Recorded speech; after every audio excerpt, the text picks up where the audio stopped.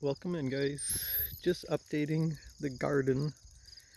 It's August in Minnesota and it's been pretty dry here, so I don't have actual water out here, so I've been pouring water on with 5-gallon buckets of water every day, and stuff is still looking really good. I think the hay between the rows help a lot, and I'll just go around and kind of show you where my sweet corn's at. Sweet corn, the first rows here is the sugar buns, which didn't produce great, but we're getting cobs off of it now that we can eat. And the next row right here is peaches and cream. There the cobs are just coming along. We haven't had any of them yet, but they're really close. And then the last row is bodacious. And as you can see, I got 6 rows of each. I plant them at different times, but some of these cobs are getting almost ripe to eat. But the hay in between, we didn't do a lot of weeding, and we saw it helps to keep down the weeds, and plus it helps to keep it the moisture in the little that we did get. And the potatoes are white and red potatoes, and they're just about done, but they did produce very well actually. And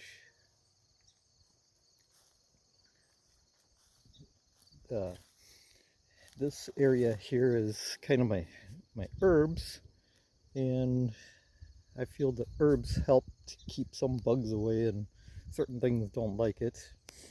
But we did use some basil, and there's lemon basil and lemon balm right there. This is cilantro or coriander when it turns to seed. That really produced very well. That's a easy one to have to grow. It grows really tall, and again it helps with some certain bugs and stuff. You know, certain things don't like the smell of herbs, so I like having it in the middle, so it kind of cuts down some bugs. This is the kohlrabi, which we've eaten a few kohlrabis off, but some of them are producing quite nice, and some of them are a little bit smaller, but they'll come along. And I planted them twice, so in the back row there's some that are smaller. The cauliflower is doing good, but haven't got any cauliflower off of it yet. That's cauliflower, but I'm not sure why it's not producing yet, but it should soon. But the broccoli is doing really well. And this side broccoli was secret nine, or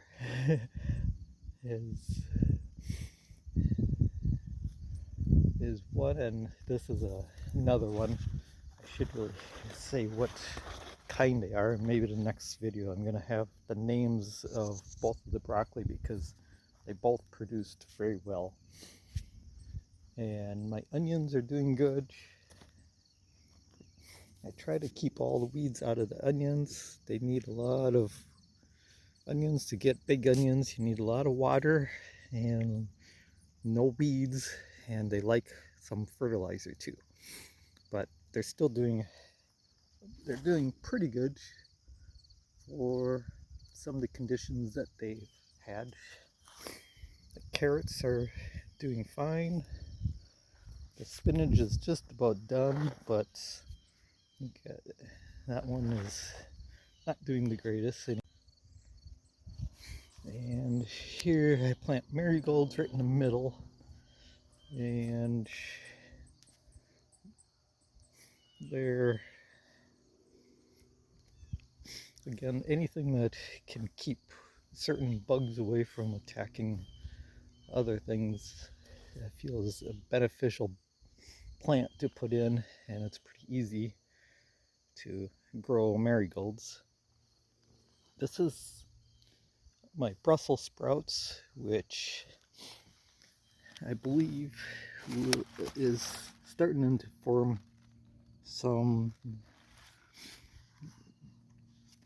on the core of it, but haven't gotten anything off of there. We tried eggplant for the first time, and there's small eggplants starting to grow, and we'll see what they are like. Peppers are doing good.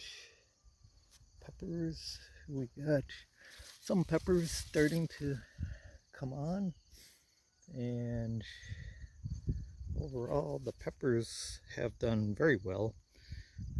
Had to water them some, but again, having grass and hay between helped tremendously this year. Peas are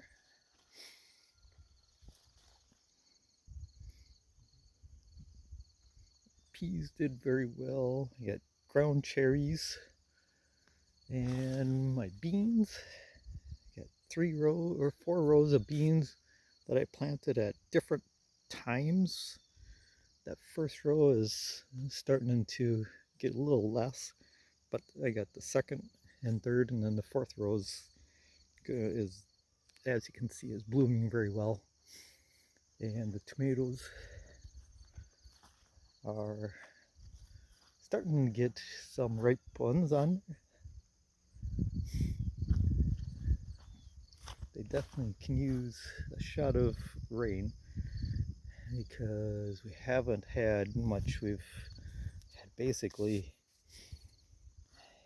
just over probably 1.5 inches pretty much all summer so far.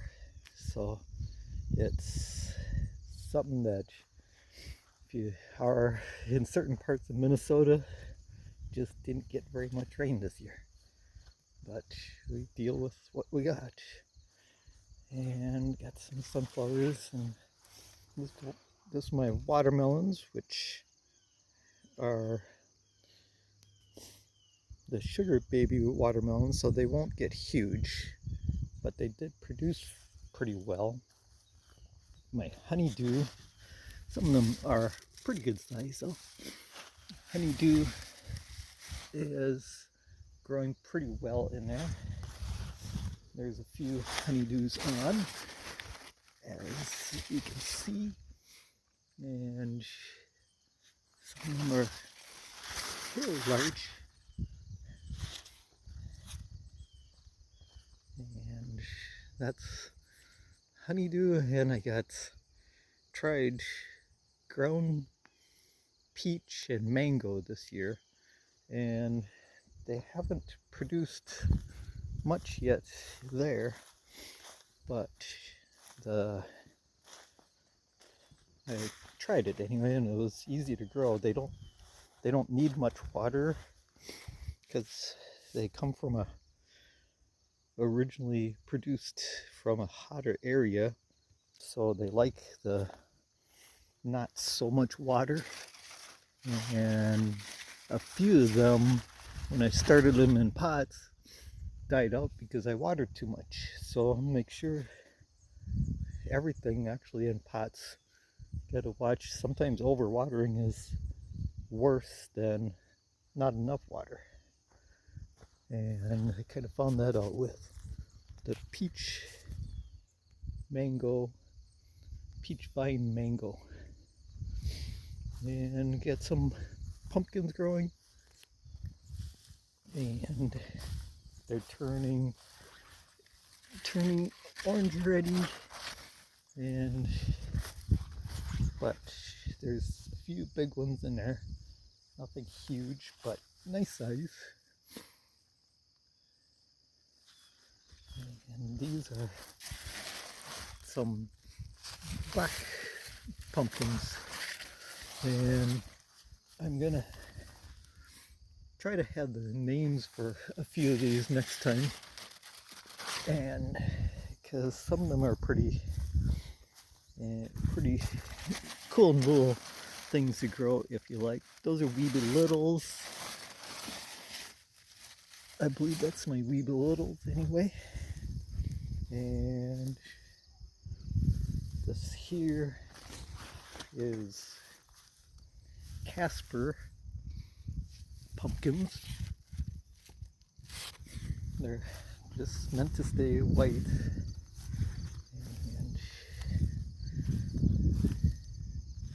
there's a few more of the pumpkins sitting in there. And I like the pumpkins and squash and stuff sitting on hay too. That's another benefit. They don't, not sitting on the dirt is kind of a benefit. This is my birdhouse gourds, and I'll show you the one big one, or bigger one. So that's the birdhouse gourds growing, and this is my squash and pumpkin. We're right next to each other, and it kind of forms a jungle. It just takes over a lot of the area, and so that's kind of a view. I have to have a tall fence around the whole thing because I got so many deer in the area, so it has to be an 8-foot high fence around everything. So that's always a challenge, to keep deer out, but we deal with it. But that's what I got growing, and hopefully I told you a few things that kind of helped or made you pique a little interest. And I'm going to show the spaghetti squash yet on this end. They've done very well. Spaghetti squash, if you're not familiar with it, is fairly easy to grow. It kind of grows like a pumpkin, and spaghetti squash I feel is a very good, tastes kind of like spaghetti. And there's a few bigger ones in there. Tastes kind of like spaghetti, and it you can make it a lot of different ways, and something that I'd say most people should try. It's a good way to get a vegetable and still feel like you're eating a spaghetti. So, alright, well, that's all for now. Thanks for watching. Subscribe if you like. I will keep updating, and like I said, I'll come up with the names and stuff that I planted of stuff. And the beans, I did want to say that we found one really good variety of the beans, which is Slenderettes. They stay really slender for a while, and they produce very well, and they don't have a string. And we've had a few where, oh, you can taste the string, and we never liked that. So Slenderette bean is a very good variety that we found. All right, thanks.